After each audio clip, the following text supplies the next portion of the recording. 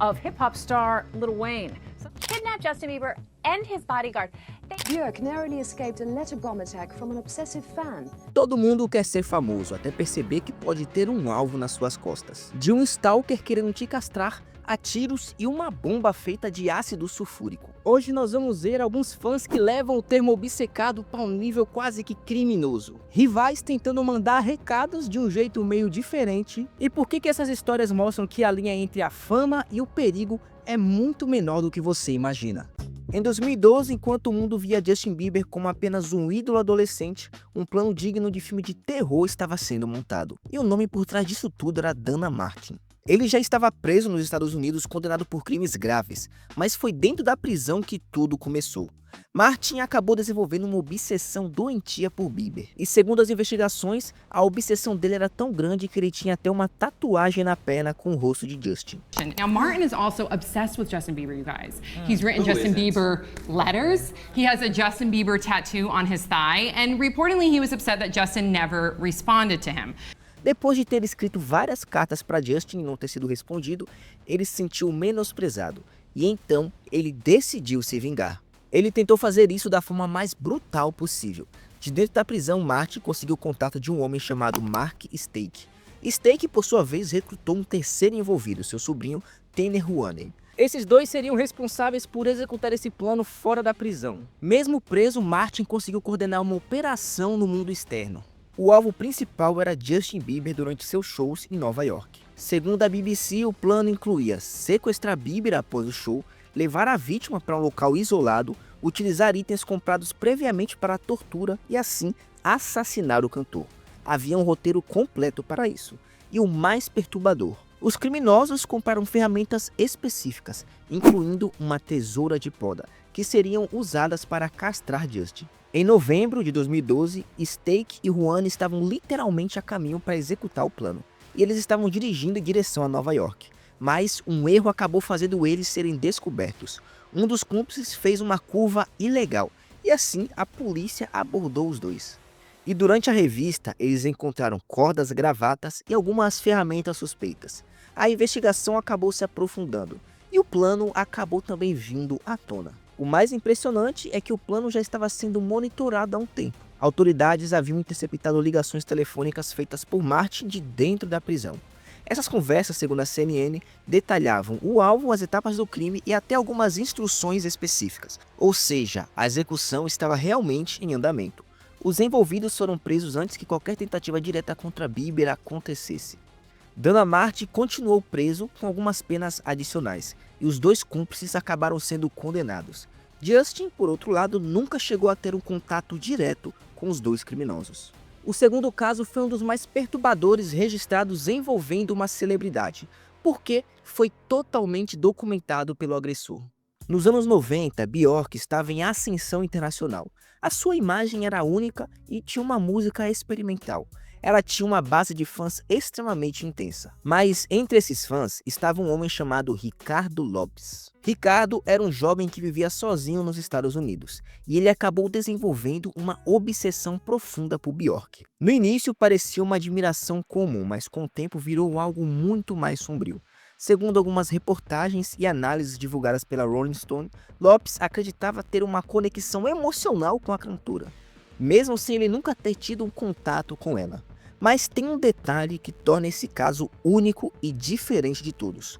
Lopes registrou tudo. Durante meses, ele registrou sua rotina, pensamentos e obsessão em vídeo. Essas gravações, de mais de 20 horas, mostram uma deterioração mental progressiva. Ele falava diretamente com a câmera, demonstrava ciúme obsessivo e começava a desenvolver um certo tipo de paranoia. Mas tudo isso mudou quando Lopes descobriu que Björk estava em um relacionamento com o músico Goldie. Esse detalhe acabou sendo um gatilho e Lopes decidiu construir um dispositivo explosivo improvisado. Lopes preparou uma carta-bomba. O pacote tinha um ácido sulfúrico, e o objetivo era causar ferimentos graves e até a morte. Ele enviou esse pacote diretamente para a casa de Björk, e antes de finalizar o plano, Lopes liga a câmera pela última vez, e ele grava um vídeo final explicando tudo. Depois disso, ele simplesmente tira a própria vida. Esse vídeo foi encontrado pela polícia alguns dias depois. Após encontrarem o corpo e o vídeo, as autoridades rapidamente entenderam o que estava acontecendo e uma operação urgente foi iniciada.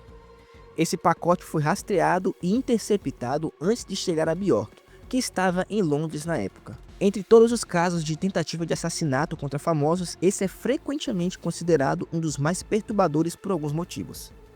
Eles só descobriram porque ele foi totalmente documentado pelo agressor e envolvia um planejamento técnico que foi construir uma bomba e conseguir enviar ela à casa da cantora. Agora vamos nos aprofundar no caso do Lil Wayne, e aqui a história muda completamente. Porque diferente de outros casos, esse não envolve um fã obsessivo. Em 2015, vários disparos ecoaram em uma das áreas mais luxuosas da cidade, e o alvo foi a mansão de Lil Wayne.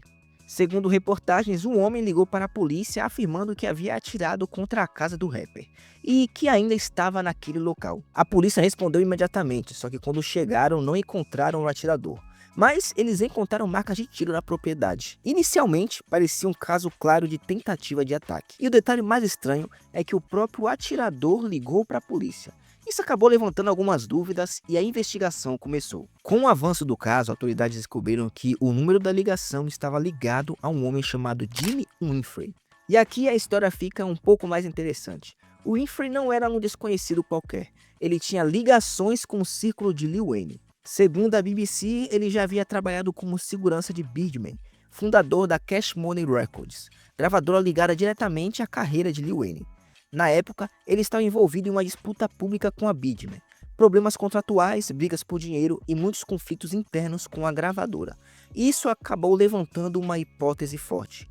O ataque poderia estar ligado a essa disputa. A CNN destacou que investigadores consideraram a possibilidade do crime ter sido motivado por conflitos dentro da indústria musical. Dias depois, Jimmy foi preso, mas eles não conseguiram descobrir o motivo do ataque. E um detalhe importante é que o Wayne não estava em casa no momento do ataque. Mesmo assim, o recado foi dado. Agora imagine a cena, é de madrugada, você está na sua mansão e um homem invade a sua casa com uma tesoura. Foi isso que aconteceu com Miley Cyrus. Em 2012, um homem chamado Jason Luiz Rivera invadiu a casa da cantora nos Estados Unidos. E segundo reportagens publicadas, ele pulou a cerca da mansão, entrou na propriedade durante a madrugada e estava armado com uma tesoura. E o mais bizarro de tudo é que ele não tentou fugir em nenhum momento. Ele ficou ali escondido no jardim, só esperando. A polícia foi chamada e encontrou o invasor escondido entre os arbustos, sendo preso em flagrante. Quando foi interrogado, Rivera deu uma explicação que parece até absurda. Ele disse que só queria conhecer Miley Cyrus. Ou seja, o cara invadiu uma casa armado para conhecer a cantora. Esse tipo de comportamento não é incomum em casos envolvendo celebridades nos Estados Unidos. Muitos invasores não se veem como criminosos, eles se veem como pessoas destinadas a encontrar aquele famoso. A sorte é que naquele momento Miley não estava em casa, e isso provavelmente evitou uma situação muito mais grave. Porque mesmo que ele alegasse não querer fazer mal, ele estava armado e invadiu uma propriedade privada. A casa de Miley foi alvo de outras invasões e crimes nos anos seguintes. Em 2014, por exemplo, criminosos invadiram a residência, roubaram joias e até um carro de luxo. Tudo isso enquanto ela estava mais uma vez fora. Ou seja, esse não foi um evento único. A casa da cantora acabou virando um alvo recorrente. Agora vamos falar de uma tentativa de assassinato que virou um dos maiores mistérios na história do hip hop. Antes de 1996, já tinha acontecido algo, e muita gente acaba esquecendo disso. Antes do assassinato de Tupac, houve uma tentativa clara.